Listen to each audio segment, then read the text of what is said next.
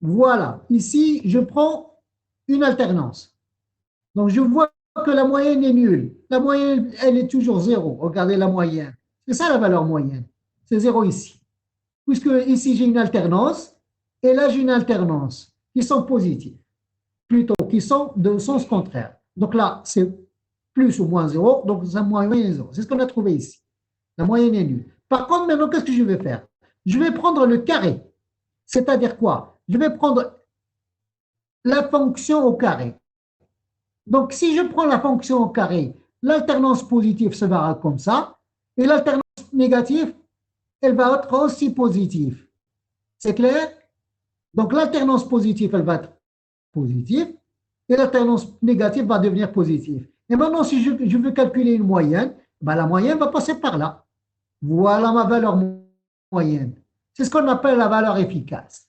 C'est clair? Donc, qu'est-ce que c'est que la valeur efficace? C'est tout simplement le carré de ma fonction sinusoïdale. Alors, on définit d'une manière générale pour un signal périodique la valeur efficace telle que quoi? X, c'est ça la valeur efficace, qui est la moyenne de ma fonction au carré. Ma fonction au carré. Pourquoi? Parce que ma fonction ne m'a rien donné. La moyenne de fonction égale à nul. Donc, je vais prendre x au carré. Et donc, ça sera xm carré, cos carré, 1 sur t entre 0 et t, je trouve xm au carré. Et donc, voilà, x égale xm sur 2. Ça veut dire quoi? Ben, j'ai défini ma valeur efficace. Donc, xm égale x racine de 2. Ou tout simplement x égale xm sur racine de 2. Alors, remarque, quand il y a risque de confusion, si je risque de confondre tous les x, etc., je peux noter x égale x est efficace. Mais s'il y a risque de confusion, on va voir qu'on n'a jamais de risque de confusion. Si quelqu'un n'est pas sûr, qu'est-ce qu'elle va prendre? Ben, elle va prendre la valeur efficace, c'est-à-dire cette notation. Alors maintenant, représentation d'une grandeur sinusoïdale. Regardez, très important cette partie. Alors, je vais représenter une valeur efficace. Toutes mes vont circuler à la même fréquence, à la même période, c'est-à-dire à la même pulsation. Donc, partout, quand j'aurai une grandeur sinusoïdale, j'aurai toujours le oméga. C'est bon? J'aurai toujours le oméga. Alors, si je veux représenter un vecteur qui tourne, oméga t qui tourne, ça, ce n'est pas intéressant. Qu'est-ce que je vais faire? Je vais représenter mon vecteur à t égale à 0. Et qu'est-ce que je tiens compte? Je tiens compte uniquement de son origine, de sa phase à l'origine. Et qu'est-ce que je vais faire? Je vais représenter toute ma fonction sinusoïdale par deux valeurs. La première, celle-ci, u racine de 2, et la phase. Donc j'aurai un vecteur, mais je vais le tracer en coordonnées polaires. En coordonnées polaires, si vous vous souvenez, j'aurai toujours l'angle et le module. L'angle et le module. En coordonnées polaires. L'angle par rapport à quoi? Par rapport à l'angle à l'axe polaire. L'axe polaire, c'est toujours horizontal. Et donc, je vais représenter cette valeur sinusoïdale en fonction de quoi? De son module, soit UM, soit U efficace. Ici, j'ai pris U efficace. Je peux très bien utiliser UM. Qu'est-ce qu'il y a? Il y a racine de 2 entre les deux. Mais ça,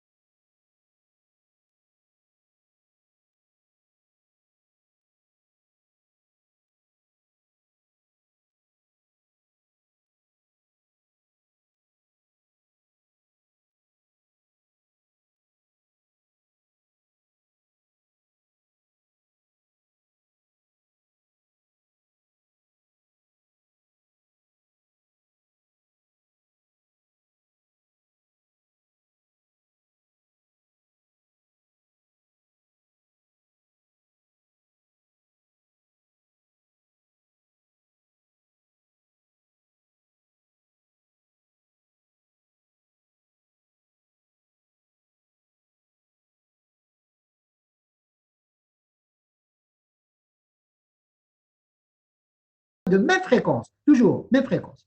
Qui dit même fréquence, même pulsation.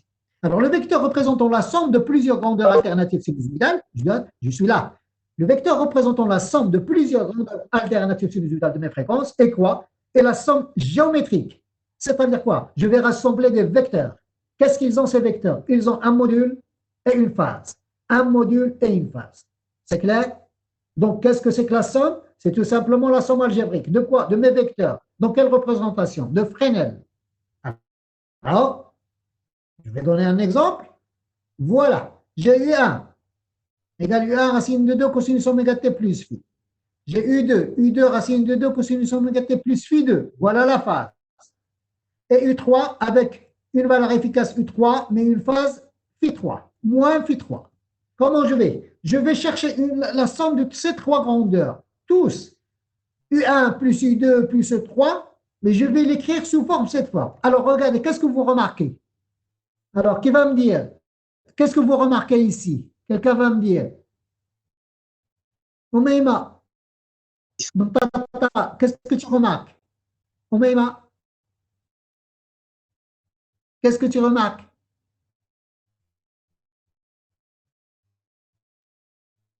Alors, Laouni, Abdelrahman Laouni, qu'est-ce que tu as remarqué ici? Eh oui, je remarque qu'ils ont la même pulsation, c'est ça. Oui, oui. Et quoi encore? Regarde, le même Oui. cause, la même fonction. La Ah même oui, oui. fonction. C'est bon? La même fonction. Alors, la fonction que je vais chercher, elle va avoir la même fonction. Imaginez ici, j'avais un sinus. U2, j'avais un sinus ici. Qu'est-ce que je vais faire? Je vais prendre oméga t plus phi plus pi sur 2. Et je vais changer le sinus en cosinus. C'est clair? Donc, je rajoute toujours les mêmes fonctions. Les mêmes fonctions. Donc, la somme sera aussi une fonction cosinus. Donc, regardez, U1, phi 1 avec la même pulsation. Mais regardez les mêmes fonctions. À ce moment-là, qu'est-ce que je vais faire? Qu'est-ce qu'elle va me dire, la représentation de Fresnel? Ben, pour la tension U1, je vais un vecteur qui a un module U1 et une phase I1, plutôt phi 1. Pour la fonction U2, j'aurai une valeur efficace U2 avec une phase phi 2. Regardez, je vais l'écrire ici. À chacune des grandeurs sinusoïdales, ici, on va associer un vecteur de Fresnel à UJ associé, regardez quoi, une valeur efficace UJ, le module, et quoi, et la phase IJ. Et je vais faire la somme. Donc le vecteur résultant sera quoi? Ben, ça sera la somme géométrique. Géométrique. Regardez. Voilà U1. J'ai tracé U1. U1, quelle est sa phase? Phi 1. Il est là. U1, phi 1. C'est bon? Ensuite, je vais rajouter U2. U2, quel est là le module? U2, la phase phi 2. Je reprends la somme. C'est comme si je rajoute des vecteurs. U2, regardez la phase phi 2 par rapport à l'horizontale. Toujours l'axe. Phi 2, U2. Mais regardez phi 3. J'ai une valeur efficace I3 avec une phase, elle est comment? Négative. Négative, ça veut dire vers le bas. Voilà U3 avec une phase phi 3. Quel est le vecteur résultant? Je rejoins l'origine à la dernière extrémité et je vais calculer U. Si je fais une échelle, ça ne sert à rien. Si vous faites ça à l'échelle, vous respectez les angles et vous respectez les modules, ben U, vous aurez directement le U en mesurant ça avec un double décimètre, une règle, etc. Et vous mesurez l'angle phi avec un rapporteur. C'est clair? Donc, vous pouvez rajouter des valeurs sinusoïdales. C'est ce qu'on appelle la méthode de Fresnel. Méthode de Fresnel. C'est clair? Donc, U1 plus U2 plus U3 va me donner U. Voilà U. Et comment je vais écrire U? Ben, U, ça sera tout simplement U de T égale U, ce que j'ai trouvé, et la phase que j'ai trouvée. C'est bon? Alors, on continue. Donc, voilà un exemple concret. J'ai U1 égale 3 racine de 2 cosinus 100 oméga T. Et U2 égale 4 racine de 2 cosinus 100 oméga T plus pi sur 2. Je remarque que j'ai la même fonction et j'ai la même pulsation. C'est bon. Alors, à quoi? Donc, pour le premier, je vais associer un vecteur de module 3 et un angle à l'origine, comment? Une phase à l'origine, 0. 0, ici, plus phi, plus 0. Alors, pour que U2, je vais lui associer un vecteur de norme 4 et une phase de combien? Pi sur 2. Je vais tracer à l'échelle, éclair à l'échelle. Pour le premier U1, ça sera U3 et 0. Et à l'extrémité, je vais rajouter U2. Je rajoute pi sur 2 et je rajoute U2. Quelle est ma valeur que je cherche? U et les phases. Regardez, à quoi est égal U? U. J'ai un angle triangle droit. Donc U carré égale 3 carré plus 4 carré. Ça fait 25, donc U égale à 5. Très bien. Maintenant, l'angle. Pour avoir phi, qu'est-ce que je fais? Tangente phi égale 4 sur 3. Tangente phi égale 4. Donc phi égale arc tangente de 4 sur 3. Je trouve 0,92 radians. Donc à quoi est égal le U que je cherche? U égale 5, puisque j'ai travaillé avec les valeurs efficaces. Donc ma valeur trouvée, c'est une valeur efficace. Donc ça sera 5 racine de 2 cos, je prends la même fonction cos, la même pulsation, et je rajoute la phase à l'origine. Est-ce que tout le monde a compris? C'est bon? Je n'ai rien entendu. Est-ce que quelqu'un veut me dire oui ou non? Monsieur. C'est bon? C'est ce qu'on appelle la représentation de Fresnel. Représentation de Fresnel. Alors maintenant, on passe à autre chose. Alors, regardez. Deuxième exemple. Alors, U1 égale 3 sinus oméga de pi sur 3. Et U2 égale 5 sinus oméga 5 sinus oméga de t sur 3, avec oméga égale 100. C'est bon? Et on vous dit, calculer U égale U1 plus U2 en utilisant la méthode de Fresnel. Alors, à quoi? La première, regardez, maintenant, je n'ai pas les efficaces. Je n'ai pas, donc je vais travailler avec les valeurs maxi. Ça ne change rien. Donc, qu'est-ce que je vais trouver? Ben, la fonction que je vais trouver aura la valeur la maxi. Donc, U1 égale U1 plus U2. Donc, voilà U. Qu'est-ce qu'elle aura? Elle aura un module de UM avec une phase à l'origine phi. Donc, pour la première, ça aura un vecteur de 3 avec 2 pi sur 3, l'angle à l'origine. Le 2, 5 avec une phase à l'origine pi sur 3. Et regardez très bien, ici. Très important. Voilà U1. Donc, je vais rajouter vectoriellement. Donc, à quoi est égal U? Est égal à U1 plus U2. U1 plus U2. Donc, vous avez ici le choix. Donc, voilà U1. 3, 2 pi sur 3. 2 pi sur 3, c'est 120. C'est bon? Et je vais rajouter U2. U2, c'est combien? Pi sur 3. 60. Avec un module de 5. Voilà. Et quelle est la somme? C'est U1. C'est bon? Alors ici, qu'est-ce que vous allez faire? Ben, vous allez rajouter deux vecteurs. Donc, qu'est-ce que c'est? Donc, U égale U1 plus U2. Donc, je vais calculer le scalaire. Le scalaire, U1 scalérien est égal à U1 plus U2 au carré. Regardez. Donc, UM au carré, ça sera quoi? Ça sera T au carré, U1 au carré plus U1, U2 au carré, plus 2U1, cosinus entre les deux. Qu'est-ce que c'est que le cosinus entre les deux? Cosinus entre les deux, c'est ça. Je vais vous montrer ici. Quand je vais vous envoyer le document, je vais vous l'envoyer le document. Hein. Donc, quel est entre les deux? Voilà U1 et voilà le U2. Quel est l'angle entre les deux? C'est cet angle. Mais à quoi est égal cet angle? Est égal à 2pi sur 3 moins pi sur 3. C'est ce que j'ai marqué ici. 2pi sur 3 moins sur... Donc, il faudrait bien être sûr de la somme des vecteurs. C'est exactement ce qu'on a fait au premier semestre, quand on a fait le premier chapitre. C'est bon? Donc, ça sera 3 au carré plus 5 au carré plus 2 fois 3 fois 5, cosinus de pi sur 3. Je fais les calculs. Je trouve UM égale combien? 7. Ça y est. Et maintenant, tangente phi. Regardez tangente phi, très important. Tangente phi, c'est cette quantité. C'est cette quantité divisée par cette quantité. C'est bon? cette quantité, ben, je vais projeter chacun ici. Je vais projeter les valeurs de U et de U, de U1 et U2 sur l'axe des Y. Donc ici, qu'est-ce que ça va être? Le sinus. Donc ça sera 3 sinus. Je commence par U1. 3 sinus de pi sur 3 plus 5 sinus de pi sur 3 divisé par 3, maintenant cosinus, 3 cosinus de pi sur 3 plus 5 cosinus. Donc pour trouver tout simplement les grandeurs que je viens de décider. Et donc qu'est-ce que je trouve? Je trouve que tangente phi égale 4 racine de 3. Maintenant, à quoi est égal phi?